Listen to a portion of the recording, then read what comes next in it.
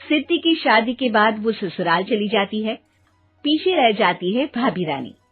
सिद्धि के ससुराल जाते ही भाभी कहती है, अरे वाह जी वाह, सारे कपड़े मेरे। हाय रे पैंट, अरे वाह वाह, मजा आ जाएगा। अरे ये सिद्धि की अलमारी के सामने खड़े होकर क्या बड़बड़ा रही है? जा जाकर देख मेहमानों को विदाई की मिठाई मिली कि नहीं। अब हाँ माँ जी, क्यों नहीं, लेकिन पहले कपड़े तो बदल लूं। अब रानी आ जाती है सिद्धि के उन कपड़ों में जो वो ससुराल जाने से पहले घर छोड़ जाती है। अरे रानी, कुछ दिन रुक जाती। अरे ये तो सिद्धि बिटिया को मैंने ही दिया था, बड़ा ही फबता था उस पर, तुझ पर तो कुछ खास नहीं लग रहा। अब वो ना मेरे सारे कपड़े गीले थे तो सोचा पहन लूं। वैसे भी सिद्धि को कौन सा भी पुराने आउटडेटेड कपड़ों को पहनना है। वैसे भी ये सूट तो मैंने तभी पहना था, वैसे खास है भी नहीं ये। हाँ ठीक है, लेकिन ना मेरी सिद्धि पर तो जमता था। सारे मेहमान चले जाते हैं और सिद्धि ससुराल से मायके पहली बार आती है। अपना घर, अपना कमरा, अपनी अलमारी। ये बोलकर जैसे ही सिद्धि अलमारी खोलती है तो सामने उसके कपड़ों की जगह कुछ और ही रखा होता है। माँ, ओ माँ, जरा कमरे में तो आना। सास और रानी वहां पहुंच जाते हैं। रानी ने पहनी होती है सिद्धि की जींस और टी शर्ट। अरे भाभी, ये क्या? ये तो मेरी बड़ी ही महंगी टी शर्ट है, इसे आपने घर में क्यों पहनी है? अरे बहुत मिलती है दीदी ये चौक की मार्केट में, 150 में। ओ भाभी प्लीज, ये एरोपोस्टल है, 2000 की एक टी शर्ट। ओह, 2000 में तो दीदी 4 साड़ी आ जाए। अब क्या बोलूं? भाभी, ये मेरी अलमारी में छोटू के कपड़े, तो मेरे कपड़े कहाँ हैं? मेरी अलमारी में? अब दीदी आपको कौन से पुराने कपड़े पहनने थे? माना भाभी, लेकिन मैं जब घर आती तो यही सब पहनती ना। अरे तुम तो बड़ी कंजूस हो दीदी। खैर, वक्त आता है जब सिद्धि ससुराल के लिए रवाना हो रही होती है।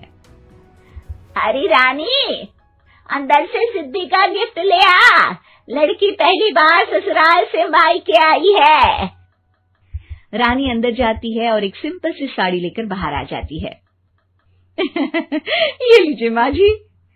सास बेटी को गिफ्ट देकर ससुराल भेजती है। अगले दिन रानी एक सुंदर सी साड़ी पहनकर सामने आती है। अरे रानी, ये तो वो साड़ी है जो मैंने सिद्धि को देने के लिए दी थी जब वो ससुराल ले जाती, लेकिन ये तूने कैसे पहन ली? अरे माँ जी, ये साड़ी तो मुझे बहुत पहले से ही पसंद थी, लेकिन चिंता ना करिए, मैंने सिद्धि के लिए भी अच्छी सी साड़ी दी है। हाँ। तभी सिद्धि का फोन आता है। क्या माँ, कुछ अच्छा तो दिया होता ससुराल ले जाने के लिए। अरे पहले दिखा दिया होता। ये चमकते हुए पैकेट में नौकरानी वाली साड़ी मत दिया करो माँ। अरे बेटे, वो तेरी भाभी ने ना गलती से उससे पैकेट बदल गया। हाँ, मैं कल ही तेरे भाई के हाथ से तेरा वाला पैकेट भेज दूंगी। अरे रहने दो माँ, आई एम श्योर भाभी ने अभी वही साड़ी पहनी होगी जो तुमने मेरे लिए रखी थी। तुम तो समझ नहीं पाई उनको। खैर छोड़ो, मैं ज्यादा बोलती अच्छी नहीं लगती, रहने दो, आपको उन्हीं के साथ रहना है, फिर बात करेंगे। सास को रानी पर गुस्सा आ जाता है। वो उसके कमरे में जाती है जहाँ वो शादी का एल्बम देख रही होती है। रानी, मार्केट जाकर एक ऐसी ही साड़ी लेकर आ, कल प्रतीक जाकर सिद्धि के घर दे आएगा। अरे क्यों माँ जी, कितनी साड़ी देनी है दीदी को? यहाँ कोई सेल लगी है क्या? अरे चुप कर, मेरे बेटी के हिस्से की साड़ी खुद पहन ली, अब ज्यादा ज्ञान बांट रही है।